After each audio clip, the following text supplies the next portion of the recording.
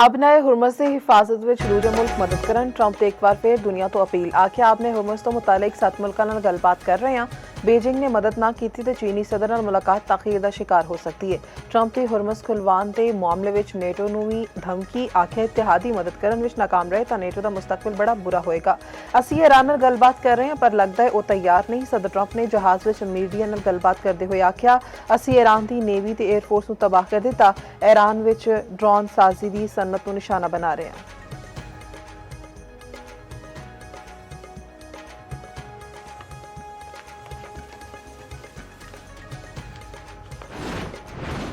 आपने हुरमस नूं खुलवाण लई ट्रंप की अपील इतिहादी साथ छड्डण लग पए। बरतानिया ने बहरी जंगी जहाज आपने हुरमस भेजण तो इनकार कर दिता। हुरमस नूं खुलवाण लई अमरीकी सदर की मदद की अपील मुस्तरद। बरतानवी अखबार के मुताबिक वज़ीर आज़म स्टॉर्मर ने ट्रंप नूं दस्सिया कि बरतानिया इसलिए तैयार नहीं है। फ्रांस का पहले ही आपने हुरमस नूं खुलवाण लई बहरी बेड़ा भेजण तो इनकार। जापान का आखना है कि ट्रंप के आखन ते बहरी जहाज नहीं भेजांगे। जनूबी कोरिया ते चीन भी ट्रंप के मुतालबे ते खामोश।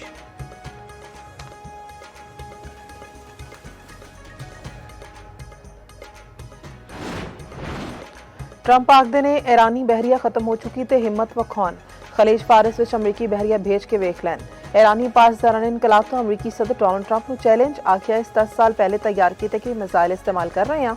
अजय जून 2025 के बाद तैयार मिसाइल इस्तेमाल विच नहीं ले आए। तर्जुमान खातमुल अंबिया हैडक्वार्टर दाखने के बहरी बेड़े फोर्ट की सहूलत कारी करने वाले मुल्क जायज़ निशाना ने। फोर्ट बहरी बेड़ा सऊदी शहर जद्दा के नेड़े मौजूद है।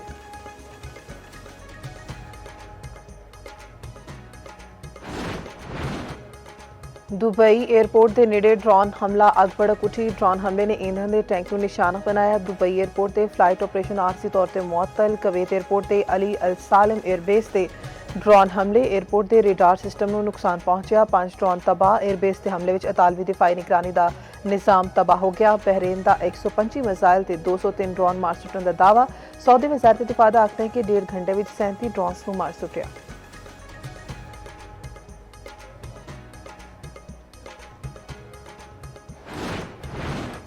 ईरान ने ऑपरेशन वादा सादिक 4 की नवी लहर का आगाज कर दिता। पहली बारी सजील बैलिस्टिक मिसाइल का इस्तेमाल। ईरान के मिसाइलों ने इसराइल से कयामत उठा दी। इसराइल में कई थावां ते अग लग गई। इमारतां ते गड्डियां तबाह। इसराइली मीडिया ने तेल अवीव विच अमरीकी कौंसल जनरल की रिहाइशगाह नूं निशाना बनने की तस्दीक कर दी। घर के अंदरले हिस्से की तस्वीर जारी कर दी गई। 24 घंटे में 100 तो बाद इसराइलियों के जख्मी होने की तस्दीक।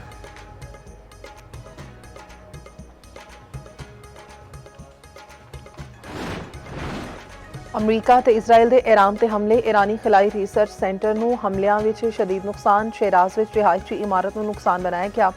इस्फहान विच फैक्ट्री ते फिजाई हमले विच 15 वर्कर्स शहीद। शोहदा की तादाद 1400 तो वध गई। ईरान विच जासूसी के इल्जाम विच 20 अफराद गिरफ्तार। दूजे पासे इसराइल की जनूबी लबनान ते भी वहशियाना बमबारी। 14 शहरी शहीद, कई जख्मी।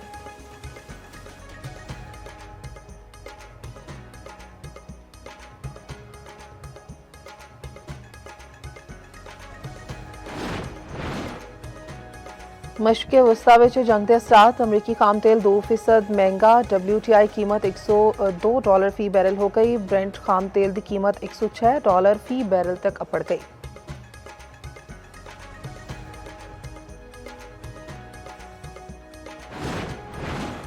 ते अफगान तालिबान ते फितना खारिज के खिलाफ ऑपरेशन गज़ब हक जारी। बाजोड़ सैक्टर में अफगान तालिबान दी पोस्टां नूं तबाह कर दिता गया।